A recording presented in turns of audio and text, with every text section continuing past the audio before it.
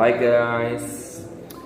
Ya, di sini kita akan belajar yang mengenai pengenalan fitur SQL. Tentunya kita harus mengerti apa itu SQL, apa itu fungsinya dan apa bahasa-bahasanya.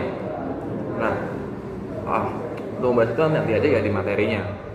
Sebelumnya, perkenalkan, namaku Pak Is Ramadhan Iqbal Nugroho dengan NIM akhir 121.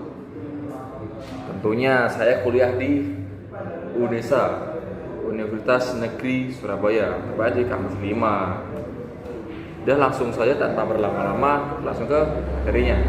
Let's go. Oke, kita melanjutkan dari yang tadi. Pengenal fitur SQL. Nah, sebelum itu kita harus tahu apa itu SQL, nah, apa itu fungsi-fungsinya, dan apa sih bahasa-bahasa SQL itu. Nah, mari kita bahas satu persatu. Kita mulai dari apa itu SQL. SQL adalah bahasa standar untuk mengelola dan mengakses data dalam relation database management system. Jadi, bisa dibilang SQL adalah jembatan antara manusia dengan database. Misalnya, kalau kita ingin mencari semua data mahasiswa jurusan teknik informatika, kita cukup menulis perintah SQL dan database akan menampilkan hasilnya. Nah, SQL ini juga bersifat universal dan sudah diakui juga di kancah internasional, yaitu ANSI dan ISO. Selanjutnya, ada fungsi utama SQL. Fungsi ini ada 4. Yang pertama, ada membuat struktur database yang berisi tabel, relasi, dan indeks. Yang kedua, ada mengambil data dari tabel. Yang ketiga, mengubah isi data. Ini bisa update ataupun delete. Yang terakhir, ada mengatur hak akses pengguna. Ini berkaitan dengan slide selanjutnya ya. Jadi kalian harus simak baik-baik. Nah, yang ketiga, selanjutnya ada tipe bahasa SQL. Tipe bahasa SQL ada 4. Yang pertama, ada DLL. DLL ini digunakan untuk mengatur struktur database, seperti membuat tabel atau menghapus tabel. Nah, selanjutnya ada DML, Data Manipulation Language. Untuk mengolah isi data seperti menambah, mengubah, dan menghapus data dari tabel.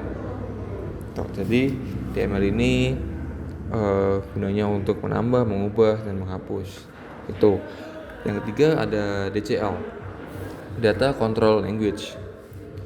Digunakan untuk mengatur hak akses pengguna, misalnya memberi izin pada user untuk membaca atau menulis data. Jadi tidak sembarangan orang bisa masuk ke DCL ini. Harus beberapa orang karena sifatnya privasi. Makanya ini sangat-sangat penting ya.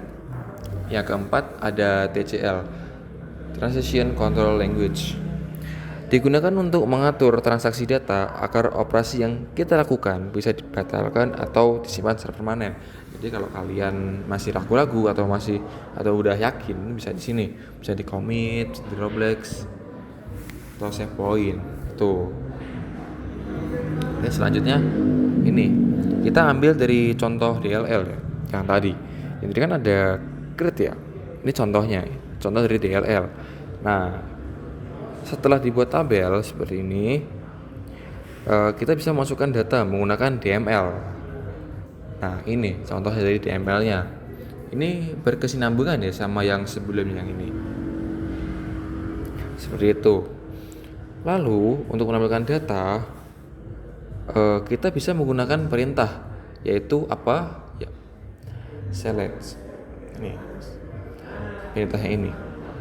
Nah, apa aja perintahnya? Ini ID, nama, jurusan, from mahasiswa, where, jurusan. Makanya yang keluar adalah jurusan. Karena yang perintahkan jurusannya keluar.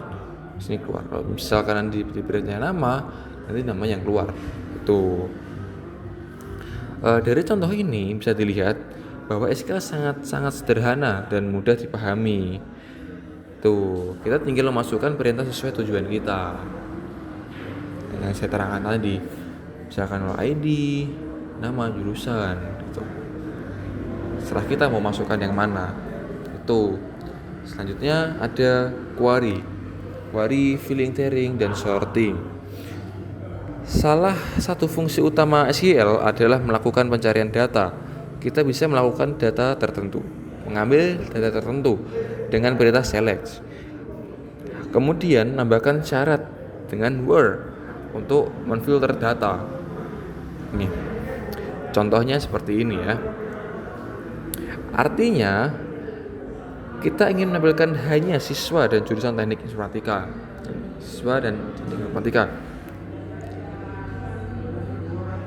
Ini outputnya seperti ini. Nama siswa dan teknik informatika. Selain itu, kita juga bisa mengurutkan hasil menggunakan order by dan membatasi jumlah data limits. Nah, sebelumnya ini kita menggunakan order by nama. Limitnya 3, berarti kita maksimal itu menambahkan 3 nama. Ya, dan order by nama as. Limitnya 3. Jadi kita maksimal 3. Jadi SQL memberikan kita kontrol penuh terhadap bagaimana data ditampilkan. Seperti itu teman-teman. Nih, selanjutnya ada join dan relasi antar tabel.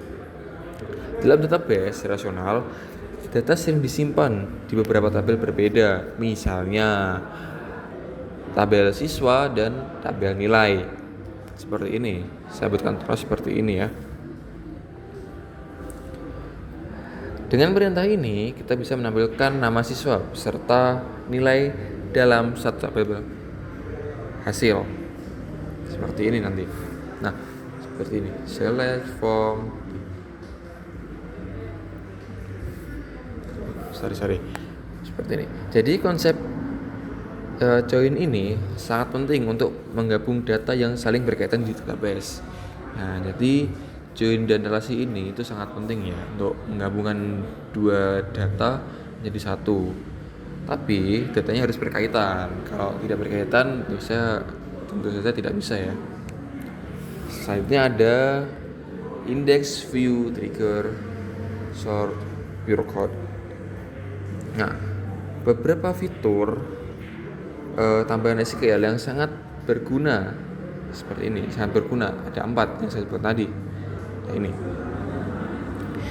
index itu digunakan untuk mempercepat pencarian data di tabel besar. Pencarian data di tabel besar seperti daftar isi pada buku. Pasti tahu ya. Daftar isi pada buku itu banyak dan harus cepat. Nah, kita bisa menggunakan fitur yang namanya index. Lalu ada fitur view. Fitur view ini adalah tabel virtual dari hasil query, memudahkan akses data kompleks. Ini biasanya memudahkan akses data yang kompleks. Jadi kalian punya data yang kompleks, disarankan untuk memakai view karena sangat bisa mengatasi. Selanjutnya ada trigger. Trigger ini dijalankan otomatis saat terjadi perubahan data. Ini perintah otomatis saat data berubah, dijalankan saat insert, update, delete. Apabila kalian ingin update program atau project kalian, bisa di trigger ini. Selanjutnya ada store procedure adalah sekumpulan perintah SQL yang bisa dipanggil berulang-ulang kali. Nah, ini berulang kali ya. Beberapa di penjelasannya berguna untuk proses rutin. Jadi kalau kalian sering project kalian, database kalian di sini, buka bisa kode ini. Selanjutnya ada transaksi dan kontrol konsistensi atau ACIP. SQL memiliki sistem transaksi agar data tetap aman dan konsisten. Prinsip ini dikenal dengan ACID. Prinsip ACID.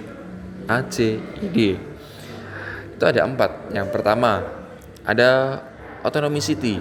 Semua operasi harus berhasil semua atau gagal semua. Jadi autonomicity ini operasi harus berhasil semua atau gagal semua.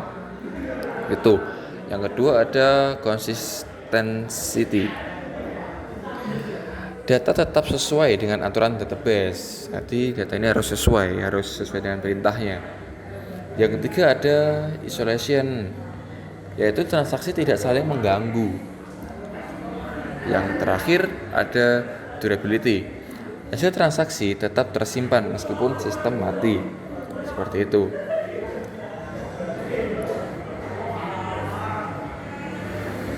Selanjutnya ada keamanan dan backup. Keamanan database juga penting. Kita bisa mengatur siapa yang boleh mengakses database untuk menggunakan read dan revoke. Ini ya. Yang kedua, ada enkripsi data saat disimpan atau dikirim. Yang ketiga, ada pencatatan aktivitas. Yang keempat, ada backup rutin agar data tidak hilang. Itu tambahan sedikit. Selain itu, data bisa dienkripsi. Aktivitas pengguna bisa dicatat dengan audit log. Dan harus ada backup rutin untuk mencegah kehilangan data. Itu. Jadi harus ini kalian teliti agar keamanan data kalian terjamin, seperti itu ya. Nah, kesimpulan SQL adalah bahasa utama untuk mengelola database rasional. Selanjutnya ada memiliki fitur lengkap, struktur manipulasi, kontrol, dan keamanan. Yang ketiga, dapat dijalankan lewat phpMyAdmin untuk belajar dan praktik langsung. Yang terakhir ada kuasi konsep dasar SQL agar mudah memahami aplikasi berbasis data. Nah, fitur SQL ini mencakup beberapa struktur data, yaitu manipulasi isi data, mengatur akses, hingga optimasi performa. Untuk memahami lebih dalam, kita bisa berlatih menggunakan phpMyAdmin ya, dan mencoba menulis query secara langsung. Semakin kita sering praktik, maka semakin kita paham gimana sih cara kerja database tersebut. Tuh, jadi kita harus sering-sering berlatih di SQL ini ya, agar dapat memahami secara detailnya. Ini referensi yang saya ambil. Oke, tak terasa kita sudah di penghujung materi. Saya cukupkan di sini. Kurang lebihnya saya mohon maaf apabila ada kata yang kurang mengenakan atau kata yang salah. Saya mohon maaf dan terima kasih.